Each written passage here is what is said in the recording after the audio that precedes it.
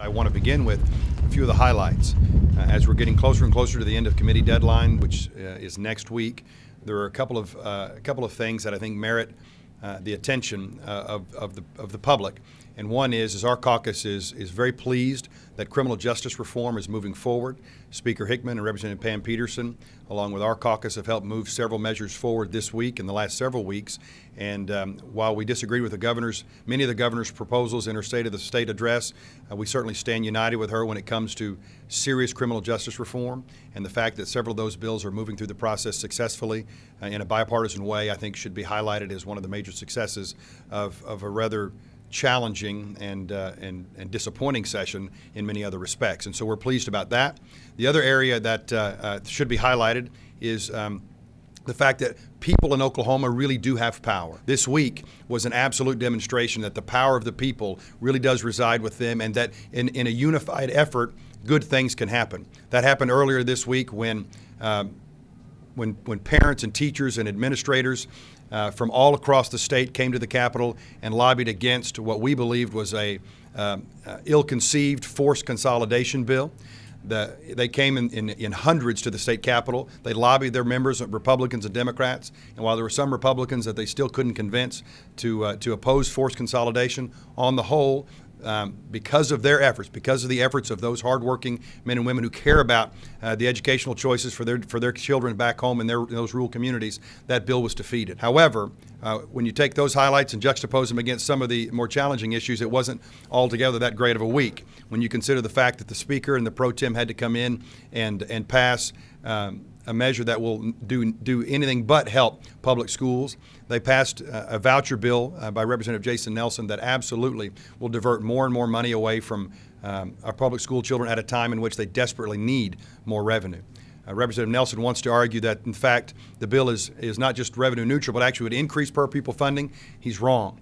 By the fact that starting November of this year, if it were to pass with an emergency clause taking effect in July, starting in this next school year, every pre-K eligible student in the state would then be eligible for a voucher program. Even if they'd never stepped inside a K through 12 public school, they would be eligible for a voucher program. Representative Nelson tries to sell it as allowing those students who are within the system now to leave and leaving behind some of their per pupil dollars. Under his bill, in fact, every pre-K kid in Oklahoma will in essence be being paid for by public dollars, even if they're homeschooled or they attend a private school. And you can draw it out and say, so in a year from now it'll be pre-K and kindergarten, and a year from there it'll be pre-K, kindergarten, first grade. Over a 12-year period, you'll have every student in Oklahoma, every single student in Oklahoma, private school, public school, homeschooled, would be taking dollars out of the funding formula for our children. Another challenging aspect was the governor's comments earlier this week, when she said she will in no way look at rolling back the fiscally irresponsible tax cut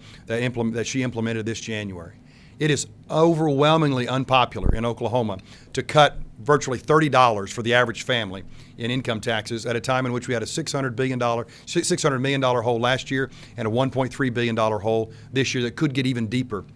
When you look at the revenue failures that have already happened this year, to the tune of $300 to $400 million worth of revenue failures, you actually combine that with a $600 million hole we had last year, and it really makes last year's budget closer to $1 billion budget hole.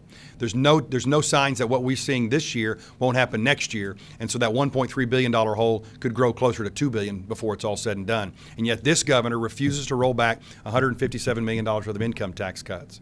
And when she simply says she wants to let working families keep more of their hard-earned dollars, she literally is talking out of both sides of her mouth, because she's offered up a plan that would raise revenues by taxing those same hard-working middle-class families, whether it's by eliminating the earned income tax credit or the child care tax credit, both of those that are much more beneficial for working families in Oklahoma than that simple $30 income tax cut that she passed this year. As long as she doesn't put the income tax cut back on the table, we will stand opposed to any other tax increases leveled at middle-class families. And last but certainly not least, the governor's silence when it comes to the closing of the hospital in Sayre and the potential closing of hospitals around the state is deafening. She absolutely knows that what needs to be done is to bring our federal dollars home to help the hospital in Sayre, help hospitals like the one in Grady County, LaFleur County, Craig County. But what the governor would rather do is continue to play politics with the lives and the health care of our working families in Oklahoma. That hospital closed in large part because this governor refused to bring our federal dollars home. and she refuses to stand up and even say a word about it, let alone accept responsibility for it. Well, House Democrats will continue to hold her feet to the fire because we believe that the people's health care in Oklahoma is much more important than politics in Oklahoma. And until she wakes up and says that we're going to bring those dollars home, we will continue to beat that drum, because the people of Sayre, Grady County, LaFleur County, Craig County, Oklahoma County, people all across this state absolutely deserve leadership when it comes to this issue, not the pandering that we've seen the last few years. We need to create a tax structure that is broad-based enough such that when the price of oil does rebound, the state, our healthcare system, our education system, our infrastructure system, our correction system will benefit from it. But from our perspective, you need to look at rolling back the income tax cuts that were passed this past year. Second thing you need to do, in our opinion, is you need to look at seriously indexing the gross production tax to the price of oil.